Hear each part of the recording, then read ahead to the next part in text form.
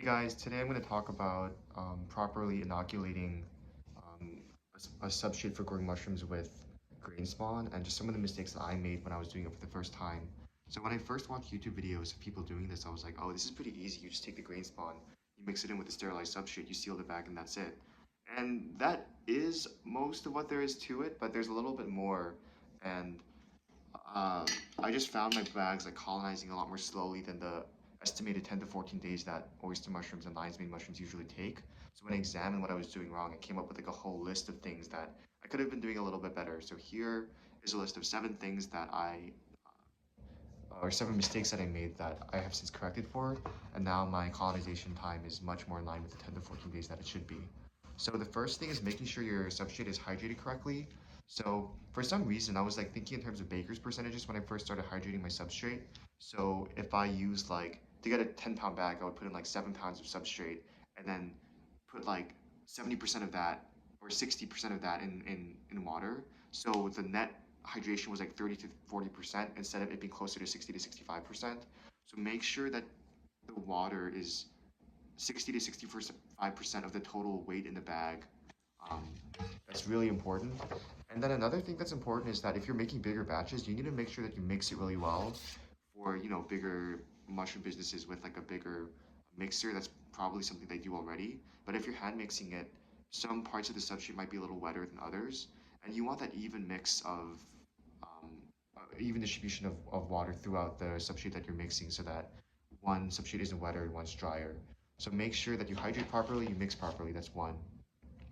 Number two, a big mistake that I was making as well was after sterilizing my substrate in the pressure cookers, I wasn't waiting long enough for the bags to cool down, and so I was kind of inoculating them when they were still hot.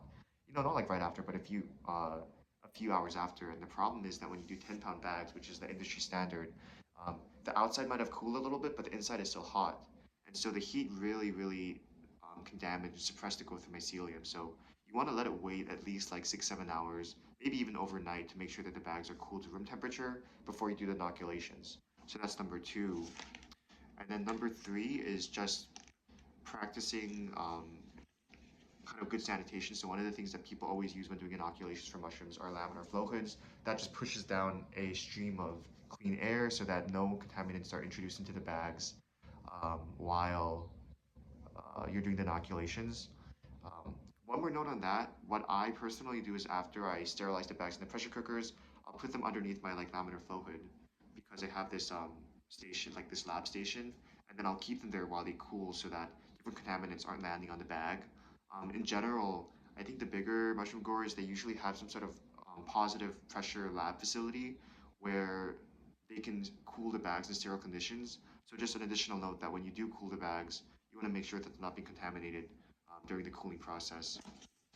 And then number four is just, again, more general sanitation. If you can wear a mask, if you can wear gloves, if you can um, use a flame sterilizer to sterilize your scalpel that you use to open up the grain spawn, make sure you do all those things because um, if you don't, that's just another vector for contamination to enter um, your your colonizing bags. And then, so that's number four. And then number five, another thing that I wasn't doing well, which is probably a big reason for why my bags were colonizing so slowly, was um, once you add the grain spawn in, right, maybe like 10 to 50% of the dry weight of the substrate that's in the bag, you want to make sure that the grain spawn is evenly distributed throughout the bag. So when you put the grain spawn in, you want to shake the bag until the grain is roughly evenly distributed throughout the bag, because every grain spawn is a potentially new point for the mycelium to branch out from. And if you just pour it into the top or the bottom, then it'll take significantly longer for the mycelium to colonize the bag as opposed to colonizing the whole bag at once. So that's a really important point as well. It's probably one of my biggest problems. And then number six is make sure you seal the bags correctly. I think most mushroom growers use an impulse sealer, so that's one of those things that just like clamp down and seal the bag's entry point so that the only medium of air exchange is through like the microfilters, microfilter patches on the bag. So you just want to make sure you seal the bag correctly so that after the whole inoculation process, there are no additional contaminants that enter through the medium of air. And then another tip is that after you mix in the grain spawn within a day or two, you should really see like the white mycelium growing out from the grains. Sometimes it takes longer than a day, maybe a day and a half to 2 days. But if you don't see any white mycelium growing out from the grains, at least for oyster and lion's mane mushrooms or mycelium, that's probably a sign that you did something wrong. So just knowing that allows you to maybe troubleshoot a little bit more quickly versus waiting for like a week or 2 weeks and wondering, oh, should it have started yet? No, it should only take a few days for you to really see that white mycelium spreading out from the grain distributed throughout the bags.